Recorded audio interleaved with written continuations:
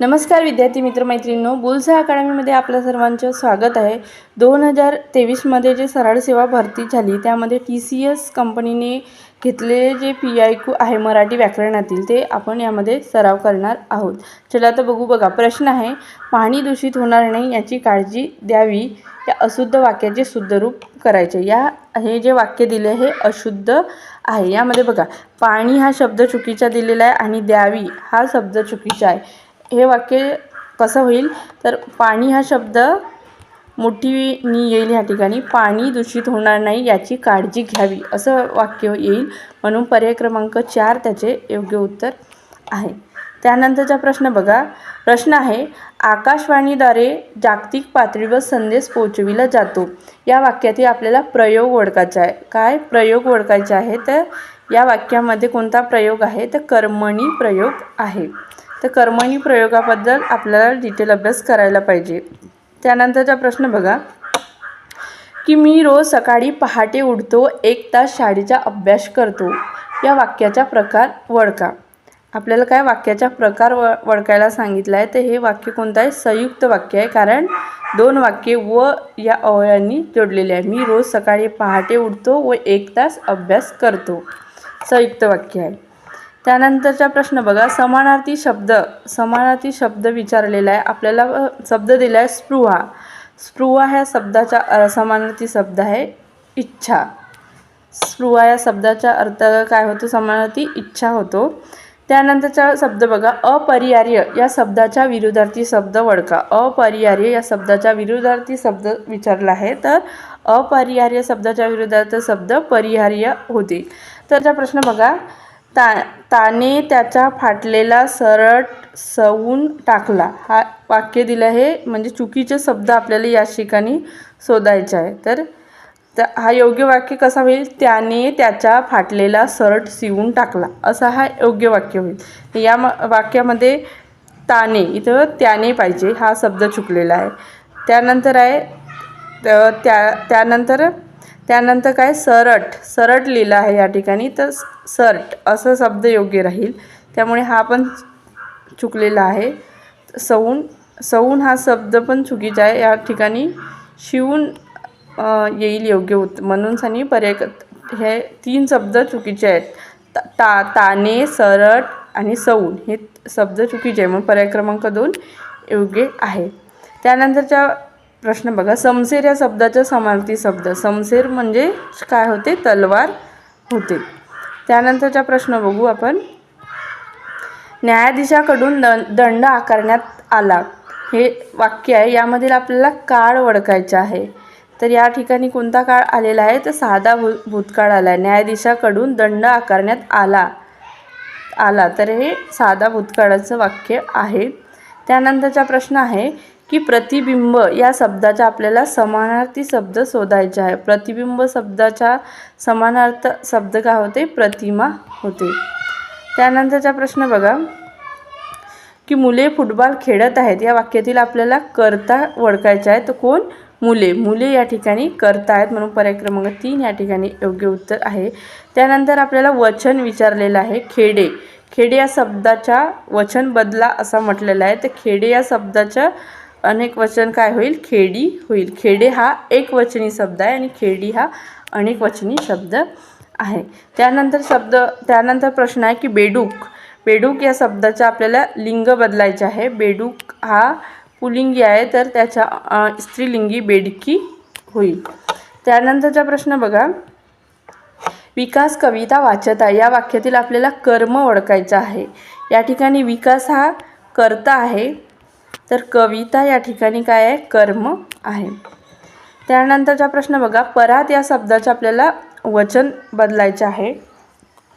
परात हा एक वचनामध्ये येते, तर परात ही अनेक वचनामध्ये वापरला जाते। परातच्या अनेक वचन पराती होईल।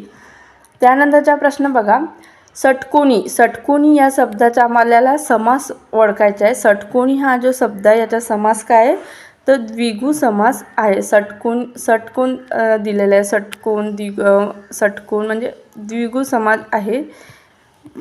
त्यानंतरचा प्रश्न बघा, आमंत्रित या शब्दाचा विरुद्धार्थी शब्द। आमंत्रित या शब्दाच्या विरुद्धार्थ शब्द होतं आगतुक. आगतुक होते. त्यानंतर आमंत्रित या शब्दाच्या समानार्थी शब्द हे 3 पर्याय समाज: अचानक, अकस्मात, अकल्पित असं त्याचा अर्थ होईल. कशाच्या? आमंत्रित शब्दाचा. पण आपल्याला विरोधार्थी शब्द विचारला आहे म्हणून त्याचा अर्थ होईल आगतुक, आगतुक. त्यानंतरचा प्रश्न बघा. प्रश्न काय आहे की खालीलपैकी कोणते शब्द परस्पराचे समानार्थी शब्द आहेत? कोणते शब्द परस्पराचे समानार्थी शब्द आहेत असं प्रश्न आहे. शब्द दिलेले आहे ढग, कनक, घन आणि सारंग. तर याचं योग्य उत्तर पर्याय क्रमांक 3 आहे, म्हणजे 1. ढग, ढगचा अर्थ होते घन, म्हणजे हे परस्पराचे समानार्थी शब्द आहेत. ढग म्हणजे घन आणि घन म्हणजेच ढग असं ते अर्थ लागते. त्यानंतरचा प्रश्न बघा. खाली काही समानार्थी शब्दाचे गट दिले आहे, त्यातील अचूक गट कोणता ते ओळखायचा आहे आपल्याला. समानार्थी शब्दाचा म्हणजे गट दिला आहे, त्यातील चुकीचा गट ओळखायचा आहे. तर या ठिकाणी मुख्य, प्रमुख आणि गौण हे दिलेले आहेत. यामध्ये हा गट चुकीचा आहे, कारण मुख्य, प्रमुख हे बरोबर आहे, पण गौण हा जो दिलेला आहे शब्द हाच या ठिकाणी चुकीचा आहे, म्हणून हा पर्याय चुकीचा होईल. यामध्ये बघा काळा, कृष्ण, श्याम हे तिन्ही एका अर्थाचे शब्द आहेत. घागर, घट, मटके हे सुद्धा एका अर्थाचे शब्द आहेत, समानार्थी शब्द आहेत हे. त्यानंतर नाखुशी, नाराज, अप्रसन्नता हे शब्दसुद्धा एका अर्थाचे आहेत. पण या ठिकाणी जे शब्द आहे, या ठिकाणी हे 2 शब्द एका अर्थाचे आहे, पण हा जो गौण शब्द आहे हा याचा वेगळा अर्थ लागतो, त्यामुळे हा पर्याय चुकीचा गट आहे. त्यानंतरचा प्रश्न बघूया. माझी जन्मठेप आत्मचरित्र कुणाचे आहे असा हा प्रश्न आहे. तर माझी जन्मठेप हे आत्मचरित्र कोणाचे आहे? तर विनायक दामोदर सावरकर म्हणजे विदा सावरकरांचे आहे. स्वातंत्र्यवीर सावरकर असे सुद्धा त्यांना म्हटले जाते. त्यानंतरचा प्रश्न बघा की कोणते वाक्य लेखन नियमानुसार आहे, म्हणजे लेखन नियमानुसार योग्य असणारे वाक्य कोणते आपल्याला या ठिकाणी ओळखायचे आहे. तर पर्याय क्रमांक 3. भाषा वृद्धीसाठी राष्ट्रातील सर्व व्यवहार त्याच भाषेत झाले पाहिजे. सर्व व्यवहार त्याच भाषेत झाले पाहिजे. हे 3रं वाक्य योग्य आहे. भाषा शुद्धीसाठी राष्ट्रातील सर्व व्यवहार त्याच भाषेत झाले पाहिजे हे 3ऱ्या क्रमांकाचे वाक्य आहे, हे योग्य आहे. त्यानंतरचा प्रश्न बघा. पुढीलपैकी कोणता शब्द द्वंद्व समासातील आहे ते ओळखायचे आपल्याला. द्वंद्व समासातील शब्द तर राम, लक्ष्मण. त्याचा विग्रह केला तर राम आणि लक्ष्मण असं होईल. तर पर्याय क्रमांक 4 द्वंद्व समास. त्यामध्ये दोन्ही पदं महत्त्वाची असतात. द्वंद्व समाजामध्ये दोन्ही पदं महत्त्वाची असतात. तर यामध्ये राम, लक्ष्मण हे द्वंद्व समाजाचे योग्य उदाहरण आहे. त्यानंतरचा शब्द आहे की मोर. मोर या शब्दाच्या लिंगरूप आपल्याला कोणते ते म्हणजे स्त्रीलिंगी रूप ओळखायचे आहे. तर मोर हा पुल्लिंगी आहे, तर लांडोर हे स्त्रीलिंगी आहे. पर्याय क्रमांक 1 बरोबर उत्तर आहे. त्यानंतर प्रश्न बघा. कोणत्या वाक्यात कर्म नाही? कर्म नसलेला वाक्य आपल्याला या ठिकाणी ओळखायचं आहे. तर केदार बसतो कर्म या ठिकाणी नाही, म्हणून पर्याय क्रमांक 4 या ठिकाणी योग्य आहे. या ठिकाणी कर्म नाही. हे बघा. तृप्ती हा कर्ता, अभ्यास कर्म. अर्णव हा कर्ता, क्रिकेट हा कर्म. भूमी हा कर्ता, रांगोळी हे कर्म. म्हणजे ह्या तिन्ही वाक्यामध्ये कर्म दिलेलं आहे. तर 4था वाक्य केदार बसतो यामध्ये कर्म नाही. त्यानंतरचा प्रश्न बघा. भावे प्रयोगाचे वाक्य ओळखायचे आपल्याला. भावे प्रयोगाचे वाक्य ओळखायचे आहे. भावे प्रयोग. तर पोलिसांनी त्याला शोधून काढले या ठिकाणी भावे प्रयोग आहे. त्यानंतरचा प्रश्न बघा. अपूर्ण वर्तमान काळ ओळखा. आपल्याला हे जे 4 पर्याय दिलेले आहेत त्यामधून आपल्याला अपूर्ण वर्तमान काळ ओळखायचे आहे. तर मी लिहित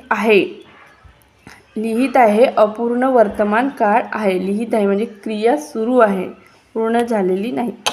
मी लिहित आहे अपूर्ण वर्तमान काळ आहे. तो आला या वाक्याचे अपूर्ण भविष्यकाळातील रूप ओळखायचे आहे. तो आला हे जे वाक्य आहे त्याच्या अपूर्ण भविष्यकाळातील रूप लिहायचे आहे. तर तो येत असेल हे अपूर्ण भविष्यकाळातील रूप आहे. त्यानंतरचा प्रश्न बघा. खाली काही विरुद्धार्थी शब्दाचे गट दिले आहे, त्यातील चुकीचा गट शोधायचा आहे. चुकीचा गट आपल्याला या ठिकाणी शोधायचा आहे. कोणते विरुद्धार्थी शब्दाचा गट दिले आहे तर चुकीचा गट शोधायचा आहे. स्वस्त विरुद्ध महाग या ठिकाणी दिलेले आहे.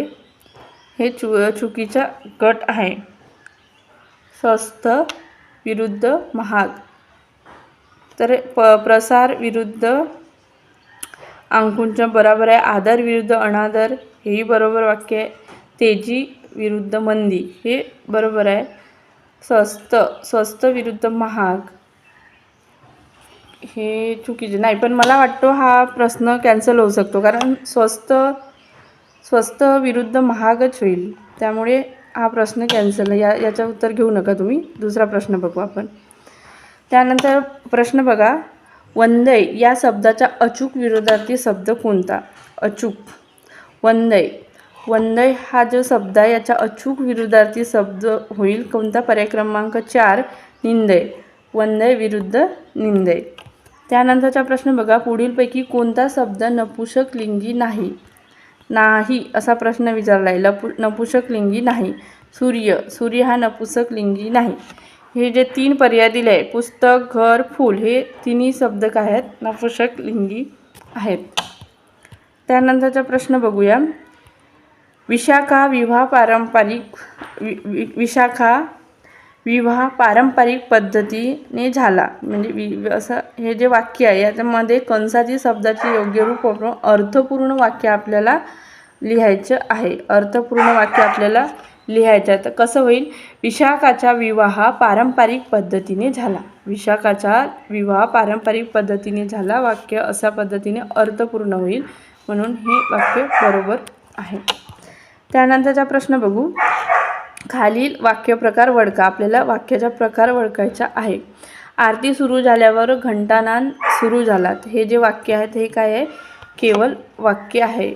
आरती सुरू झाल्यावर घंटानाद झाला हे केवळ वाक्य आहे. त्यानंतरचा प्रश्न बघा, खालील वाक्यातील अतिरिक्त शब्दाचे आपल्याला वचन ओळखायचे आहे.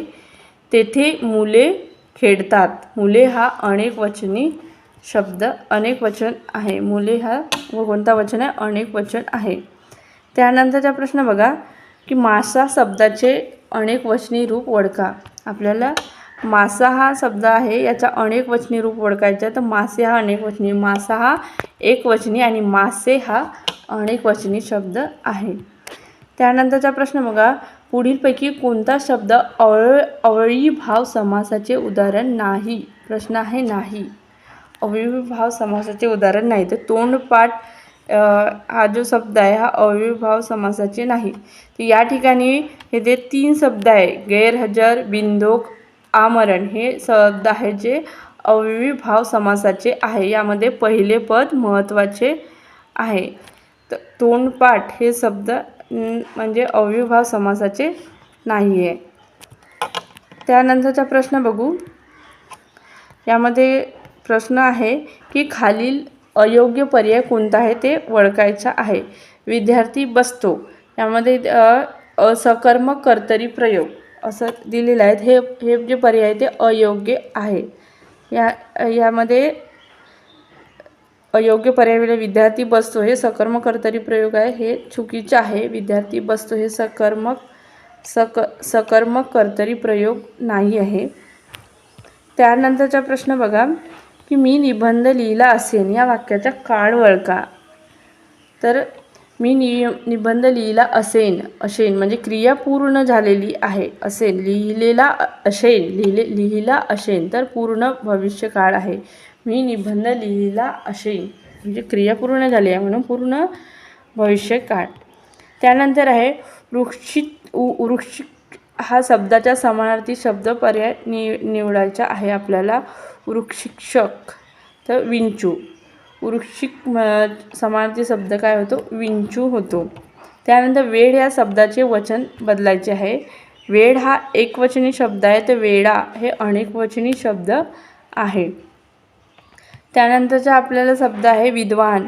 विद्वान या शब्दाचा आपल्याला लिंग बदलायचं आहे. विद्वान हा पुल्लिंगी आहे तर विदुषी हे स्त्रीलिंगी शब्द आहे.